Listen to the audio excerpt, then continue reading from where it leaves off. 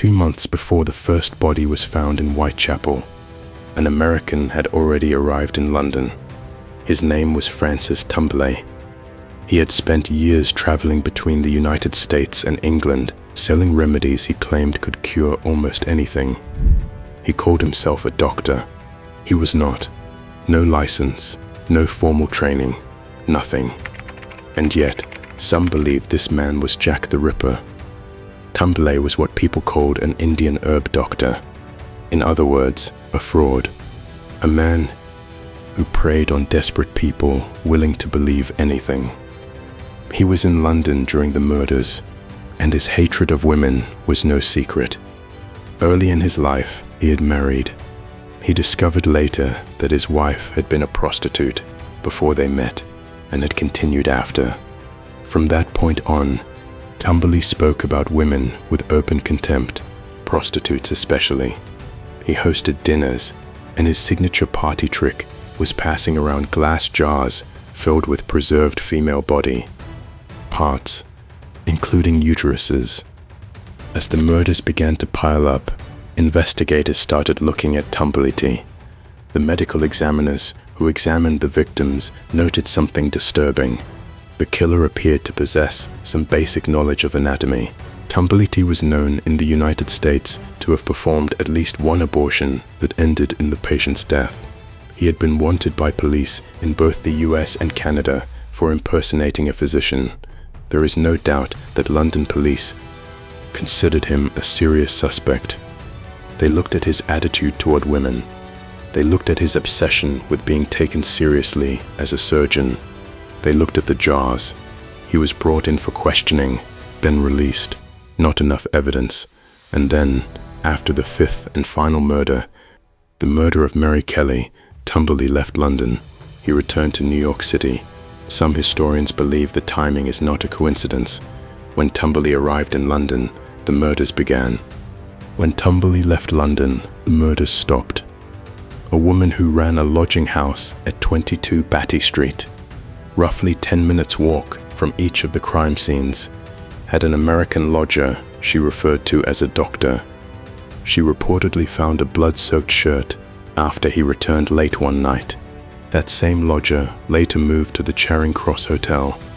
The morning after the last murder, he was gone. He had not paid his bill, but he left something behind, a small black doctor's bag. Inside, herbal medicines, clothing, some jewelry, and pornography. The kind Tumblety was known to sell. None of this proved anything, but taken together, the timeline, the hatred, the anatomy, the bag. For many researchers, Tumblety became the leading suspect. When he was interviewed by a journalist in January 1889, he was asked directly whether he was Jack the Ripper. His answer was strange. He said the only reason the English police had questioned him was because he was American. And then he said something even stranger. He said the killer was described as wearing a slouch hat. I wore a slouch hat. When Tumblety died in 1903 in a hospital in St. Louis, something was found among his possessions, a plain brass ring, almost like a curtain ring. Among all 5 of the Ripper's victims, only one was known to have had something stolen from her. Annie Chapman, a plain brass ring, taken from her finger by the killer. Now we go back to the autumn of 1888. Back to a part of London that most wealthy Londoners preferred not to think about, Whitechapel. This was not simply a poor neighborhood. This was a place where people had fallen completely through the floor of society. People with nothing, no home, no work, no future. The lodging houses charged 4 pence for a bed, 4 pence, and if you didn't have it, you slept on the street. Women in Victorian London had almost no legal path to income. Society had locked. Most doors shut, and so many of them turned to the only thing no one could take from them, their bodies. These were not women who had chosen a life of crime. These were women who had run out of every other option, and that made them invisible, and that made them targets. In the early hours of August 31st, 1888, Two delivery men walking to work came upon something on the pavement, the body of a woman. She was 43 years old. Her name was Mary Ann Nichols. She had been married. She had children. Alcoholism had destroyed her marriage in the early 1880s. By 1888, she was surviving through sex work. When her body was first examined, it appeared to be a straightforward murder. Brutal, but not unusual for Whitechapel. But when the coroner took a closer look, the nature of the wounds changed everything. This was not just a killing, this was a mutilation. 8 days later, on September 8th, 1888, the body of Annie Chapman was found in the courtyard of a tenement building. She had been married. Her husband had died. She had tried selling small items, taking in crochet work. It was not enough. She had turned to casual prostitution to pay for her nightly bed. When her body was found, there was no question. The same killer had struck again. 1 week apart, the same area, the same kind of wounds. Now investigators knew they were looking for one man, one twisted individual. London had 158 daily newspapers at the time, all of them competing for readers, all of them hungry for exactly this kind of story. Sherlock Holmes was the best-selling fiction in the world. The public wanted mystery. The press gave them one. And in doing so, they helped build a monster into a legend. More than 300 people were placed under investigation. 80 were brought in for questioning. Suspects ranged from Queen Victoria's own grandson, Prince Albert Victor, to East End butchers and slaughtermen. Sir William Gough, the Queen's personal physician, even Joseph Merrick, the Elephant Man, simply because he lived near Whitechapel. The net was wide, the answers were nowhere. 3 weeks after Annie Chapman's murder, a letter arrived at the Central News Agency in London, written in red ink, full of spelling errors. It began with the words, "Dear Boss."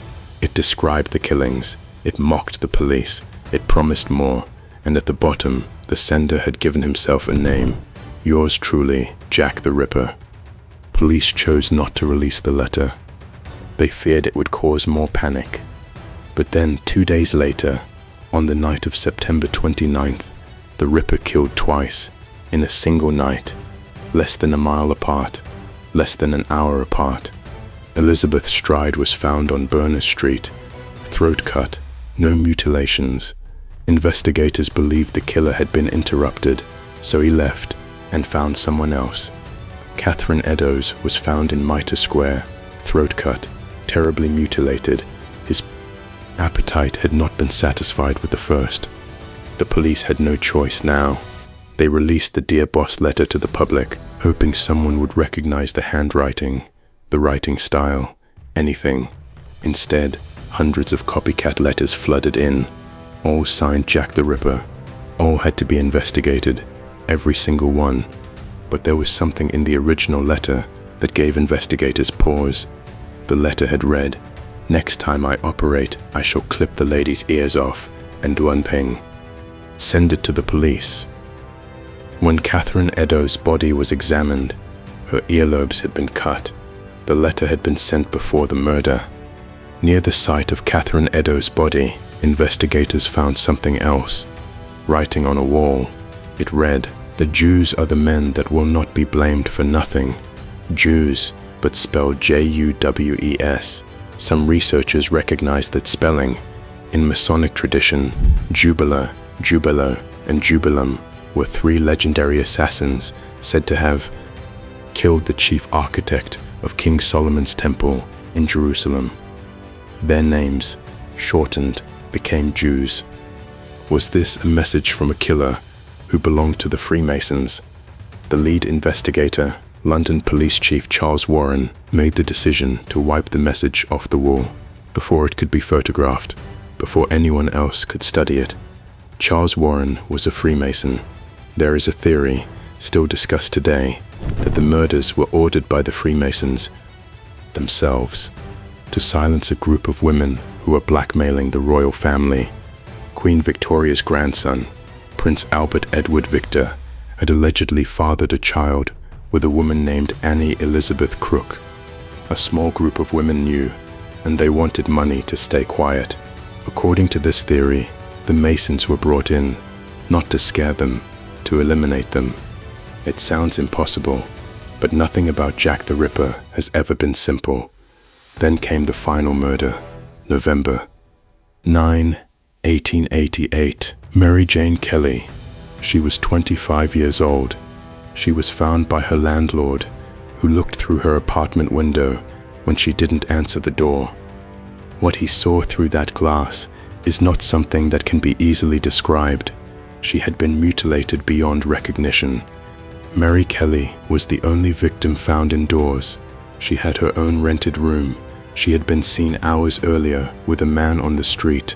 They had laughed together. She had let him in, and she was never seen alive again.